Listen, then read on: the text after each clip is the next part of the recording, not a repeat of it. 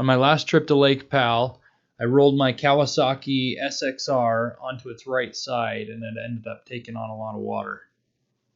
When I went to start it, it started up for only about 3 seconds and then it popped and died. And then when I'd go to start it, it would just click, click, click, click. And so we opened the engine compartment here and saw there was actually a lot of water in that I didn't realize.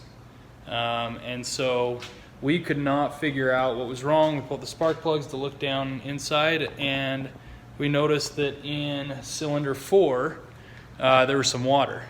One thing that we tried and knew that it was bad at the time is we tried to turn the crank here and it was just locked up.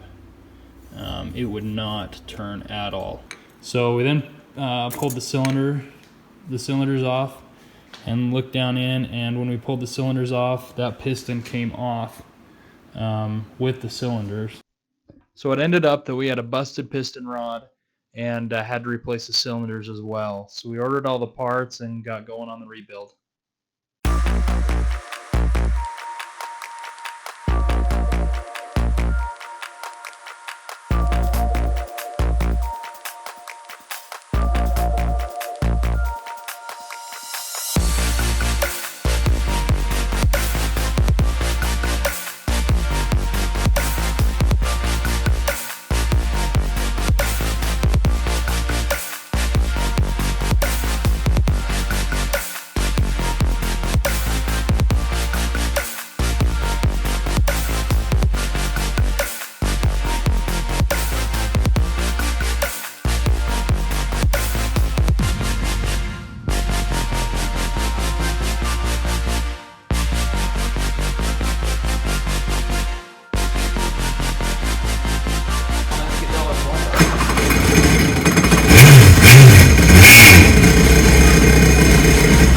Gonna get a call from a neighbor.